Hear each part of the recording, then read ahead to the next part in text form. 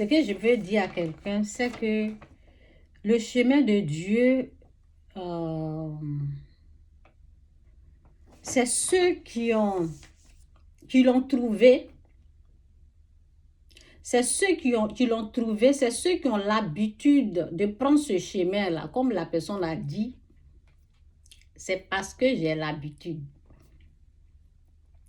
Ceux qui ont l'habitude de prendre, ceux qui ont retrouvé le chemin, qui ont goûté au chemin, en tout cas, qui ont vu Dieu là-bas, qui ont essayé et puis ça a marché là.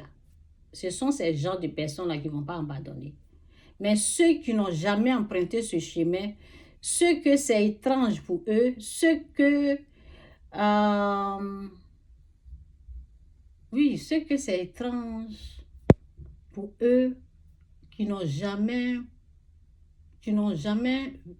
pris cette voie, ce chemin-là, ces genres de personnes-là, c'est facile pour eux de laisser tomber. C'est facile pour eux, à moins de difficultés seulement, ils vont laisser, ils vont abandonner. Quand ils vont retrouver quelques épreuves là, quelques problèmes là, ils vont vite laisser. Ils vont laisser. Ils ne vont pas insister. Ils ne vont pas faire des efforts. Donc, on voit dans l'histoire de Jacob. Oui, on voit dans l'histoire de Jacob, lorsque je vais aller dans, je sais pas, c'est Genèse, hein? Je viens à 7. C'est Genèse 29. Je vais dire à quelqu'un, quand tu veux quelque chose, quand tu veux obtenir quelque chose là, c'est la persévérance. C'est la persévérance. Tu luttes. Tu n'abandonnes pas à la première minute. Tu n'essaies pas seulement un peu et puis tu laisses et puis tu fuis. Donc, on voit dans l'histoire de Jacob, lorsque Jacob allait chez son oncle et puis il a retrouvé la personne qu'il aimait, qui est Léa. Oui, c'est qui? C'était Léa. Non, c'est Rachel. Moi, je me trompé. C'est Léa qui n'aimait pas. En tout cas, Jésus-Christ souriait, Jésus-Christ est Seigneur. En tout cas, merci pour tout. Merci. Jacob, on dit, il va bien. D'ailleurs, voici justement la fille de Rachel. Non, la fille. On dit, voici justement sa fille Rachel. Oui, on parle de Laban.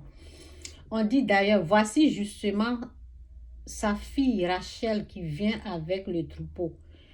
Mais, dit Jacob, il fait encore grand jour. Ce n'est pas le moment de rassembler le bétail. Non. Ce qui est sûr, je ne vais pas tout lire le verset là. Donc, je dis, pendant qu'il entretenait ainsi avec Rachel. Bon, je cherche le verset. Je cherche un peu le verset là parce que je n'ai pas pris le temps.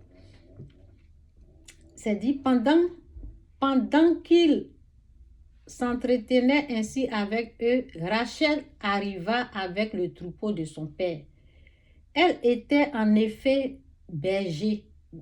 Elle était en effet bergère. Lorsque Jacob vit Rachel, la fille de son oncle Laban, et les bêtes de son oncle, il s'approcha, roula la pierre de l'ouverture du puits et fut boire le troupeau de son oncle.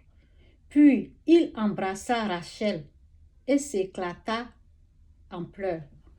Ah oui. Il apprit à la jeune fille qu'il était un parent de son père. Bon, ce qui est sûr, je vais couper tout court. Bon, quand tu reconnais la valeur de ce que tu recherches, quand tu connais l'importance de ce que tu es en train de chercher là, tu ne vas pas abandonner à la première vue, à la première minute, tu vas persévérer. Vous voyez, non? Parce que tu connais la valeur, tu connais l'importance de la chose. Tu ne vas pas t'engager et puis, comme tu ne trouves pas le chemin, tu ne trouves pas la voie, vous voyez, quand tu connais l'importance de la chose, quand tu connais la valeur de la chose, tu ne vas pas laisser comme ça. Donc, on voit dans l'histoire de Jacob, son oncle l'a proposé 7 ans de travail pour qu'il puisse marier sa fille. Mais il a vu l'importance de ce qu'il voulait. L'importance de ce qu'il voulait. La valeur de ce qu'il voulait. Donc, il a accepté de travailler 7 ans. Et malgré que son homme, malgré que son oncle, en tout cas que l'Esprit de Dieu m'aide, malgré que son oncle a essayé de le tromper, il a quand même, parce que arrivé à un certain moment, quand il a travaillé 7 ans, pour ceux qui ne savent pas, si je veux un peu aller loin dans l'histoire, malgré qu'il a travaillé pendant 7 ans, son oncle ne l'a pas donné Rachel, la personne qu'il aimait, la femme qu'il aimait. Son oncle l'a trompé. Et il a augmenté 7 ans encore, ça fait 14 ans. Ça fait 14 ans. Il a continué. Il ne s'est pas découragé. Il n'a pas abandonné. Vous savez, quand tu connais la valeur, quand tu connais l'importance du chemin de la voie de Dieu que tu es en train de prendre, malgré les circonstances, malgré les épreuves, malgré tout ce qui va avec, même si tu tombes ou si tu te perds, tu vas te relever, tu vas continuer ton chemin. Tu ne vas pas abandonner à la première vue. Vous voyez un peu, non? Tu ne vas pas laisser tomber, tu vas persévérer. Donc c'est ça. Nous les chrétiens, nous les bénis de Dieu, nous les enfants de Dieu, on n'abandonne pas comme ça. On ne laisse pas la main de Dieu comme ça. On persévère. Donc j'encourage quelqu'un ici, là, persévérer dans votre marche avec Dieu. Même si c'est difficile. Ceux qui laissent facilement, là, c'est parce qu'ils n'ont pas vu l'importance de la chose.